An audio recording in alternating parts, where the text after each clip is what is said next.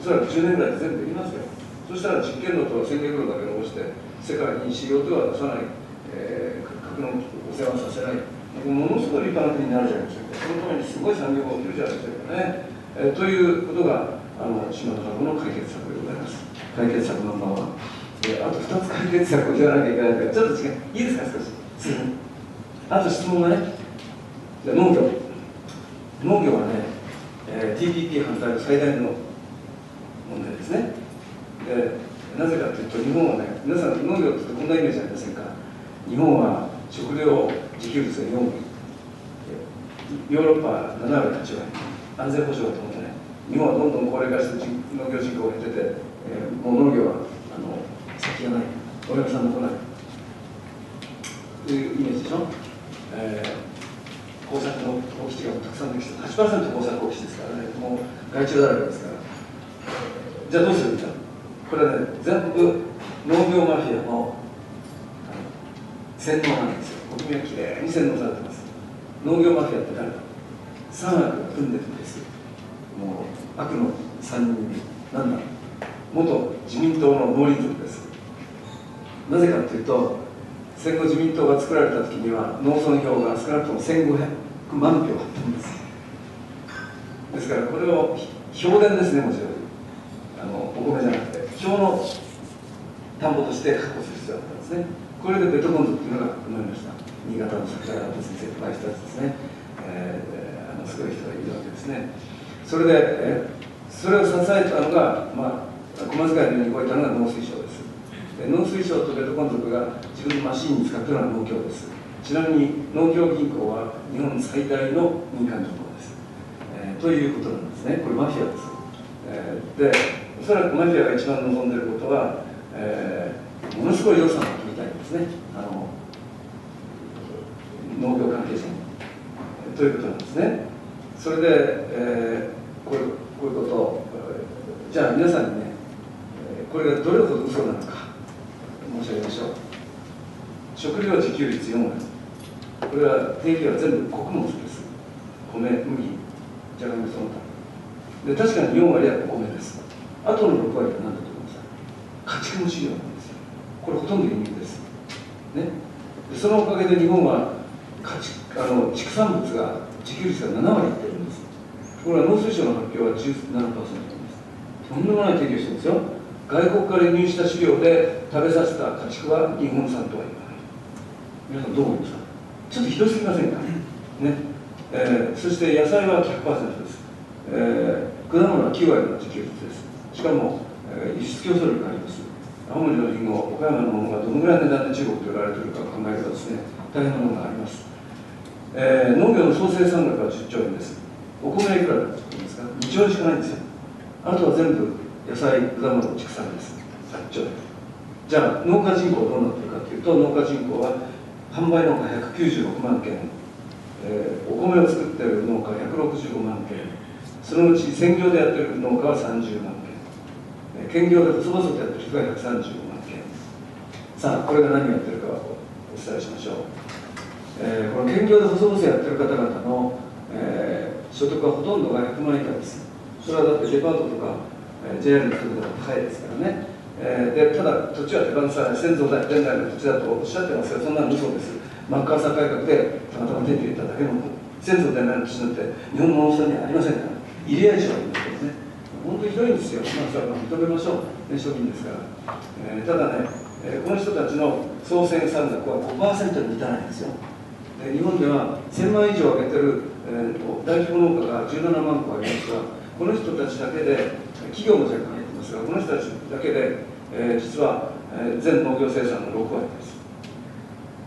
で、農業人口が減っていって大変だ大変だって言ってますけど、日本はそれでも人口の 1.6% は農村人口なんです。イギリスは半分ですよ、0.8。アメリカは 0.9。ドイツはたったの 1%。皆さんに申し上げます。経済発展というのは食料を直接作らなきゃならない人が少なくなるプロセスのことを経済発展というんです。これは定義ですから。しかもみんな自給率高くて楽しんでるんですから。日本多すぎるんです、農家が。ね。まだあと半分減らしても余ります。で、誰を減らすって、だって 5% しか生産を上げてなくて、農村人口の7割占めてる人たちがいて、この方々の年齢ほとんど70歳前後なんだから、この人たちをね、除外しろって私が言ったらね、前原さんって言ったらさ、前原さんさ、キリストはできないっておっしゃった前原さんはね、まだ理解が足りない。私はキリスト論なんて一言も言ってない。販売農家とか生産農家の統計開発しなさいって言って、逆にこの人たちを世の中から、こういう人たちがおられて本当に我々は良かったと思えるようなアクティビティを選択していただくというようなことを政治家の先生だったらまだしないんだ。昔野田労働大臣とかおられた時に私は大変講演させていただいて、福島農協に行って次のようなことを申し上げた。販売はしないですよ、ね、農業統計に入らない。しかし世の中から本当に感謝され歓迎されるアクティビティが少なくとも4つあるでありませんか。それを選びましょうよと言ったんですね。一つはね、健康農業なんですよ。福祉農業と言ってもいい。もう一つはね、教育農業。もう一つはね、環境農業ですね。それからもう一つは観光農業。これは販売する必要はない。ね。で、まず健康から言います。農家は農地が必要なんです。ただ、そんな何単分も持つ必要はない。もう、何兆部なんて持つ必要はないですね。ごく一旦がそこらの一旦で埋めた賞ですからね。その程度を持ってですね、一の欄に出るのが健康に良いんです。で、この人たちからその農地を奪うと、この人たちは特別養護老人ホームに行かなきゃならない。希望がなくなりますから。そうすると国が36万円ずつ補助しなきゃいけない。だから、これらの農家の方に、野良に出てる、庭先の野良に出てるというだけで、3万円の付加的年金をつけたって安いものですね。で、おばあちゃんもおじいちゃんも出てやってる。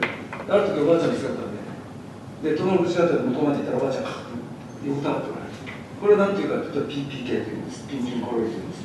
本人はお亡くなりになったことを知らないんですよ。ね。こんな幸せないじゃないですか。費用もかかんないし、財政再建もいいしね。だからこれを推奨する健康農業とか私は最近ね、健康農業の姿をよく見たんですよ。名門ゴルフ場に行くとまさに健康農業というのがある。私はほとんどのメンバーなんですけどね。ほとんどが平均年齢73歳ですから、福井さんがその年齢を超えられたので、最近非常に元気になられ始めたんですけど、73歳以下だとまともな口聞けないですからね、ここはね。みんなじいさんばっかりです。この前一緒にプレーしたらですね、パーンと打ったらガーッと入れ歯が出てきた。終わったってね、すごいやるんですよ。カート乗れませんから、90歳の老人も乗ってやる。これね、農業そのものですね。桑の代わりに変な棒持ってやってるだけでしょ。なんかね、嬉しそうなんですよ、みんなね。若いのがね、先輩、俺からになっちゃったんだって、何お前、今頃かんかと。俺はもう5年前に2つもやったよってね。まだ、細川メンバー、これは本人おられると思うんですけど、私の推測ですが、おそらく半分はがん患者だと思います。でもそんなの関係ないですよ。実は私もがん患者ですから。がんになったから、うんと元気になったからね、やっつけたから。それいいんです。これ健康農業のエッセンスですね。どうですか皆さん、これ拍手ですか。ね。これは、私がなんだと教育農業ですよ。教育農業っていうのは、今都会の幼稚園で子供がバーンとぶつかって倒れるとね、昔ならパッキンかねるわけだ。今幼稚園の園長先生にくしゃっと折れるって言うんですよ。ものすごい怖い。骨粗鬆症。なぜって言うと親が朝食をちゃんと食べさせない。ポップコーンから食べてそうなっちゃう。ね。これはね、親も忙しいの分かるけど、忙しいんだったらね、大切な子供を自分のところでそのことしないで、農村漁村3人にはお預けした方がいい。その代わり食費がかかりますから1人5万円。ね。そうすると5人10人の子供が使ったら立派な教育農業になるじゃないですか。ね。そしてこれはね、うさぎ牛、金山、ね、国名釣り師、その他ね、実は兵庫県の山奥で小学校の先生やって今立命館大学のものすごい教授になられて中国でもすごく注目されている影山先生、百松圭さんの影山先生、この人の理論は明確ですよ。都会の子供を全然ダメにする悪が2つある。1つはテレビ、もう1つはゲーム。早寝早起き、野原で遊ぶ。これやっとけばね、東大なんか2年で入っちゃう。本当に影山先生の教えた子供たちはそれ入ってるんです。ね。お受験なんかさせたらもう最後はゴムが伸びきって使うものにならない人間になるだけ。これ拍手いただけますか。ね。これをもう一つは環境農業であり、山の中で3回探してくれたらそれだけで感謝して環境省から5万円から差し上げてありがとうございます。ね。それから観光農業、これほっといたって観光業できますから、ワニの長者なんか行く必要ないんだから、そういうふうにするとですね、いいでしょこれ。でどうせこの方々の命は10年から15年しかないんで、最後のお亡くなりになる前に本当に社会貢献してください、ありがとうってみんながお構いに行くんですね。こういう農業でやるとこの135万元が分母から消えますので、徹底的な自由化をして減反をやめる。減反手当に今いくら払ってきてますか、政府は。6800億円ですよ。で、一つも入れないって言ってるから、ウルグアイラウンドで自由経済に追いつけない国だって言われまして、ミニマムアクセスで国民の食べるのの 8% 返って言われて400億円使ってるんですよ。もうすごいことやってるんですよ。全部自由化してね。で、全部自由化すると何が起きるかというと、元気のいい農家がどんどん大きくなります。で、生産量を増やす、農業のね、米の値段が下がります。今、世界の穀物価とかバンバン値段上がってますから。そうすると何が起きるかというと、世界最高の生産性で価格も下がると、ものすごい競争力するんですね。だから TPP に入ってなきゃいけないんですよ。長崎の山田東だと昔議員がですね、くだくだ言ってますけど、人の回し物なのか頭おかしいのかよくわかんないですけど、完全に世の中に間違っている。でこうするとですね、TPP に入ってなかったら輸出できないですからね。入ってるのウェルカムですから。ということでね、最後に医療問題、その前に一つ教育問題をしてください。教育問題はね、これは日本は大成功だった。つまり1500年前、25年間でアメリカに追いつく国になるために、アメリカで開発した知識をあっちゅう間にみんなが覚えて、みんな同じように覚えて、アメリカより早く生産現場に下ろすということをやったために、アメリカの技術で日本の工業製品が大量にアメリカに売られたんです。これを支えたのは全部教育です。田中角栄先生はね、今のお嬢ちゃんと全然違って立派で、3つもダメなんて言わない。あの人は工学部を倍増したんですよ。小中学校の先生を倍増したんですよ。だからこういうことができたんです、離れ技が。でそれが今、漆黒になってるんです。なぜか。それはその時に教わった国民が今のそのパターンがついてるんですけど、教育マフィアがそれを理解している。あらゆる問題に唯一の正解があると若い人たちは教え込まれてやってるんです。私の大学でも教育センターテスト教室化しますから、学生も見に行くから8時半にブザーが鳴ってさあ実際に紙を巻いてですね、シューッてもう私涙止まんない、かわいそうに。この人たちは役に立たない答えがあると覚えさせられてね、脳細胞を腐らせてる気の毒にと犯罪行為ですよ、これは。じゃあ島田は何を言いたいのか、皆さん聞いてください。国語、社会、理科、世界史、日本史、算数でも唯一の正解ってありますか？あるわけないんです。全部違うんです。じゃあこの時代に本当に正解なんだったら、相手を説得して信じ込ませた人が正解なんです。だったら一人一人正解あるじゃない。そういう教え方をしてない。なぜこれが必要なのかという申し上げます。アメリカに追いつけ追い越せっていう時代は1993年に終わった。それから日本は小さくなっていく。小さくなっていくと企業は小さくなりません。国は小さくなったら税金上げればいいんですけど、国民はたまりませんけども、企業は小さくならない。企業は必ず経常利益が増えないと借金ができない、投資を受けられない。マーケットが小さくなるのに経常利益が増やすということは、今世界で人口爆発です。今70億人、あと30年で93億人になる。このボリュームゾーンで仕事をしなきゃならない。ただボリュームゾーンというのは先進国と違ってコストが安いものですから、コンピューター1万円以下、自動車20万円以下ですから、日本は作れません。だけど世界中はボリュームゾーンは喉から手が出るほど違っているものがある。それは日本の企業の、特に中小企業の、あるいは勤労者の、あるいは中小企業の経営者の知恵の見える化です。なんであの人たちはあんな真面目にきちっといい生産ものを作ってちゃんとデリバーしてんだ。だから中小企業にはその見えないノウハウ、ソリューションを売る力はありません。それだけで余裕ないですから。ただいいことです。こういうものをね、バングラデシュとかインドネシアとか組んで、現場にもちろんドイツ人もフランス人も中国人も殺到してます。日本人は行けば跳ねつけられます。でも入っていってそういう人たちに白石さんが一番いいよって言わせなきゃいけない。これ何だっていうと恋愛なんですけどね。別にパーソナリティですけど、ただパーソナリティだけじゃダメなんですよ。やっぱりね、教育でできることがある。つまりあなたが一番いいのを手出すためには、あなたは何で私のことをこんなに理解してるんですかっていう感想を持たさなきゃいけない。それはちゃんと教育で教えられることなんです。なんだ、各国の民族の歴史、文化、価値観、そして極めつけは宗教です。日本は戦後宗教教育で一切なくなりました。だから宗教の話ができることは全然やったんですよ。これをリベラルアーツと言います。今流行ってますけど、日本はそれを教養と言った。ですからこれをしなきゃいけない。一人一人の会は全部違うという教育をできる先生たちは今島田春以外に世界日本におりません。ので私はそういう村塾というものを作ったんですね。もうこれはね、この国はノアの子供が少ないからないと思いましてね、若手の社長を組織して勉強足りませんから、この人たち、今応援してますけど、それはもうともかくして、そういうことでもってね、教育問題がこれやると全部崩壊しちゃうんです。だって統一センターってそんなものあるわけないんだもん。だからこれもう抜本的に繰り返さなきゃいけない。しかし皆様の知恵と英知を持つれば私でやれると思います。角栄さんが見事にキャッチアップの教育をなさった。次は、小宮山先生じゃありませんが、課題先進国の教育を世界に先駆けてやるときが来てるんですね。で最後にすみません、医療の話をしますが、医療はこうです。医療はね、1960年頃、日本の医療は世界で簡単なものでした。健康保険証1枚持って日本中の病院どこ行っても同じような医療が受けられるような国は今でも世界にありません。アメリカでも4500万人は健康保険がないんですからね。イギリスやスウェーデンみたいな国が出すところは歯医者さんにのに10ヶ月も待たされるっていうアホなことやってる。もう日本はとてもいいんです。ところがさっき申し上げたように今の医療界はもうめちゃくちゃになってる。何だっていうと世界で開発される薬の100種類あったとしたら2、3年以内に入ってくるのは10種類ぐらいです。世界の医療機器はもう日本では日本のマーケットで使えないというので、それで出てます。日本でそうやって戦えるのは武田さんみたいになっちゃいました。40年前に世界中の製薬会社が人気してたんですよ。なぜこんなになったかというと、メガトレンドがあったんです。つまりどんどん高齢化する。高齢化すると医療費がかさみます。20代と70代の医療費は平均値で 10.6 倍違います。それどんどん進まれてから高まりますよね。それから医療技術が発達して単価が高まりました。レントゲンは1枚250円です。MRI は1回取ると8万円ほどかかってるんです。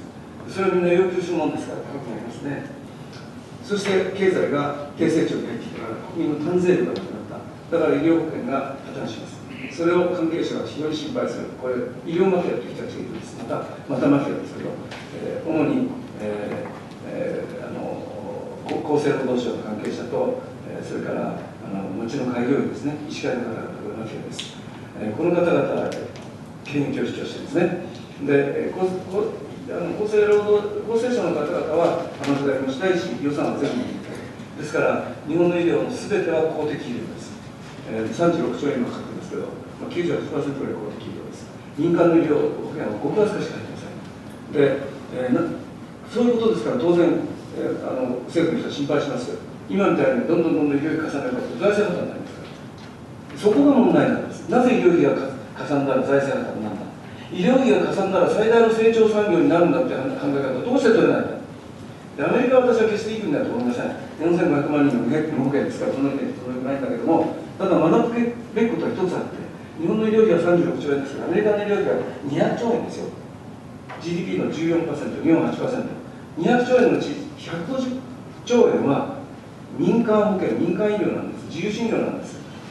だからお金がかかればかかるほど、お金持ちってのはいるんですから、どんどん成長するんですよ。皆様だってそうじゃありませんか。病院に行ってね、今の病院っていうのは、待合室行くと、用もない老人がたくさんいてね、あと3時間後でってなるじゃないですか。私も家の前に病院があったんで、行ったら、島田先生ですねって言ってね、看護師さんこそこそっとね、トイレから運んでくれて、院長先生を連れてくれた。ありがとうございます。私はもう5分しか待たない、島田先生の特例なんですよ。その代わり後が高くつきまして、必ず5分あることの蘭の花を送ってましたからね。だから私はこうすべきだと思うんですね。特急と超特急、特急、準急、急行、普通と分けてね、100人抜きした人は1万円払いなさい、ね、準急の人は3000円払いなさい、全部そうすればフェアじゃないですか、最初から分かってるのは。途中にお年寄りの人は毎日が日曜日なんだからずっと言ったらいいじゃないですか。ね、ダメですか、これ拍手ない。そういう人って山ほどいるんですよ。例えば千葉県に野毛っていうところがあって、全日線がの人はみんなそこ行くんです。なぜかというと、重々支線とかいうのがあるんですね。それは普通の放射線と違って、入った時はほとんど影響ないんです。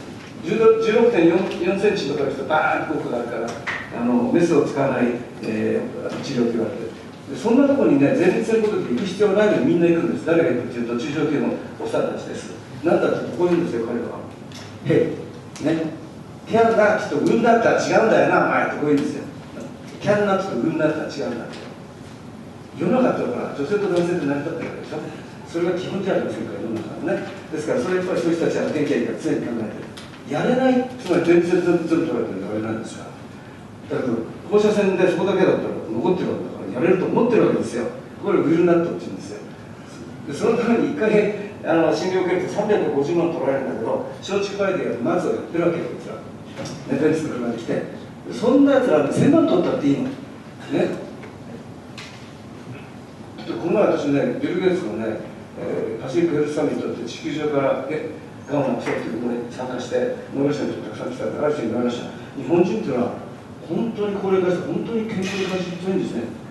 健康になれるんだったら死んでもいいとか500万人ですかと。死んでもいいってことは全財産つぎ込んで1億だから1億2億出しちゃいたらお前はね。そういう人が1万人2万人からやれば日本はものすごい成長されてるんだ。What's wrong with ですよ。なぜいけないんだ。出してって言ったら出させないよ。ね、ところが厚生省それものすごい禁じてるんですよ。ね、自由診療を受けたら国民の権利である保険適用を止めたと。こんなバカな国がどこにあるかよって言うんですよ。日本のね、マフィアに意図があって、まず、NHK と社会とどっか全部あるんですけど、全部国民は平等にならなきゃいけない。これふざけてますよ。ね、徒競走したって1等2等3等って言わないでみんなよく走りましたよ。ふざけんなと。それだったら内村君なんか絶対出てこないんだそういうことですから。勝った負けたにしながらね、そうでしょ。だからそれで潰しちゃったんです。医療も全部そうなんですよ。努力した人がね、稼いですごい医療を受ければいいじゃない。しかし日本は世界で簡単に、ね、最低限の医療があるのか、アメリカにない医療があるのか、それは国民の権利として全部提供するわけじゃない。納税者なのに自由診療やったからって、ね、保険適用ないってそんなひどい国はどこにあるって言うんですよ。キム・ジョンウンだってそんなことします。そんなことばっかりやってるから、要するに民間医療が伸びないんです。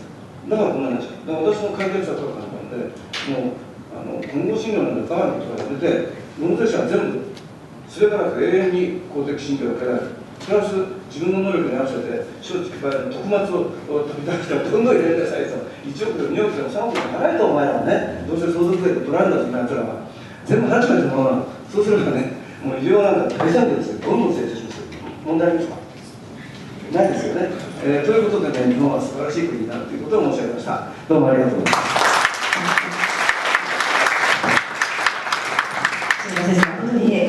ペティス爽やか楽しいお話をありがとうございました。さてお時間に迫っておりますけれども、皆さんたくさんあると思うんですが、お一つだけ質問をお受けしたいと思っております。どなたがございます方は挙手をお願いいたします。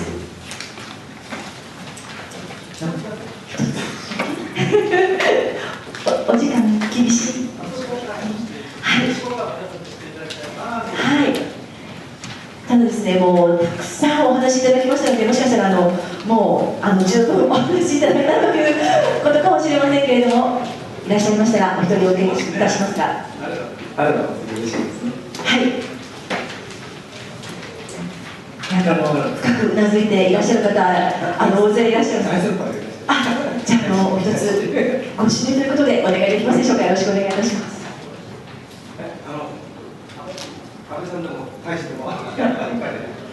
どうもありがとうございました。大先輩ですから、よろしくお聞きなことばかり申し上げます。もともと先生のお話は私の考えが実にぴったり合ってるということでですね、いつも楽しく聞かせていただいております。ほとんど全部の賛成でございます。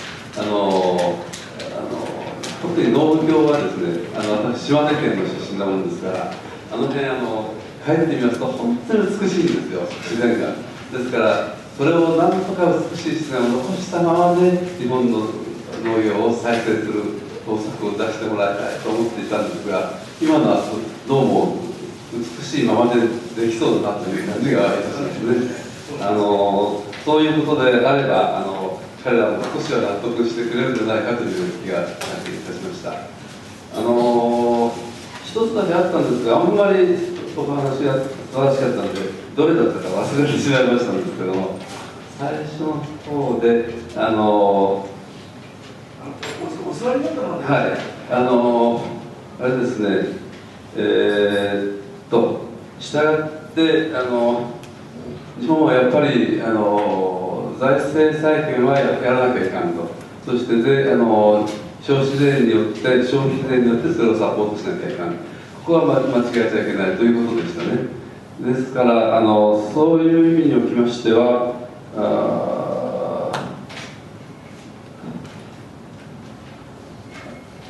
それを日本には非常に多くの所得が貯蓄があるんだから、もうしばらくは今のまま少し財政をもっと緩和してですね、お金を出して、それによって活性化を図ったらいいということでは必ずしもないということでしょうか。それともそれはそれでやりつつ、どういうふうにそれを使っていくか、例えば日銀の緩和とか、政府の財政をさらにもうちょっと出していくとか、そういうことよりも、今のような実体経済を変えていかなきゃダメだ、そういうことで。日銀の緩和はもう毎回言われてますよね。私も、その主要国のQE ってコンティテイティブイージングって言いましたが、量的緩和なんです。もともと日本が始めたことなんですけど、今は主要国がやってるんですが、その QE によるその貨幣供給といいますか、モネタリーベースといいますけどね、これの供給は日本よりアメリカとかヨーロッパの国はもう数倍から10倍ぐらいの規模でやってる。日本は白川さんの非常に伝統的というか、保守的なんでやってないという批判がたくさんあってですね、やれば政府がインフレにしたいんだという決意が見えるので、人々はその気持ちになってくれるだろうというのが、こういう議論する方々の意見なんですね。ただ金融の関係者ならば、ね、それはそうなんだけども、決意は見えるかもしれないけど、結局貨幣供給というのは民間が借りなければ市場には出ないんですね。だから政府の決意だけあったって上滑りする可能性があるんですね。実際上滑りしている国が多いんですよね。だから私は一理はあるんだけど、それに全面的に頼るということはできないのかなと、頼ってもいいんですけど、ある程度ね。ただそれだけだと問題解決しないだろうなと思いますが、一番やっぱり解決すべきは東大にいくつか申し上げた基本的な問題にメスを入れて構造改革して日本の持っている活力をうんと引き出すということですね。でそうすると農業なんかもものすごい能力になれるし、医療もなれるし、原発もエネルギーもすごく世界の先進国になれるんですね。そうすると世界中から投資が集まるような国になりますので、そういう成長戦略に全くなってないんですよ。それはやっぱり役人が本能に言うと振り切られるから恐れてるんでしょうね。それでサボタージュになってきます。私は意図せざるサボタージュだって本の中に書いてあって、ちょっと悲惨な状態で、総理大臣もそこまで口はするないみたいですね。そこでした、要するにそういうことを達成するためには、今の制度を壊さなきゃいけない、変えていかなきゃいけない。ところが歴代の日本の政府はそれはできなかった。それはやっぱりそれぞれの人が弱いというよりは、おそらく制度的になかなかできない、敵が強すぎるということなんです。それを一体どうやってそこにメスといいますか入れていけば、利権を持った人たちが強すぎるんですね。原子力マフィアの人たち、東大をはじめとして、やっぱりすごく利権があるのに皆さんご想像ついてると思いますけど、今度さすがに東大は少しおっしゃってきましたので、いいチャンスだと思うんですね。もっと分散型のエネルギー供給体制にするとか、プログラムの、メスの入れ方がたくさんあるんです。でそれはやっぱり政治家がきちっと出してくれるんですね。政治家もね、最近小選挙区でね、政治法案のもんですから勉強した余裕がないかもしれないですね。であんまりいいアドバイザーつけてませんよね。で私は小泉さん5年お付き合いして立派な人でした。本当にアドバイザーのことをよく聞いてパッとやってくださったんですね。だけど民主党政権になってから本当にアドバイザーちゃんとやってないですね。菅さんがね、助けてくださいってアドバイザー頼むとね、俺はこれ言ったあれ言ったっていう中に言われちゃうんで大変だって言うからね、あんたね、人を見ないでアドバイザー頼むからそういうことになってるんだよ。本当のアドバイザーってのはやってる時には外に言わないんだって教えてあげてるんだって。ですから知恵と力ですよ。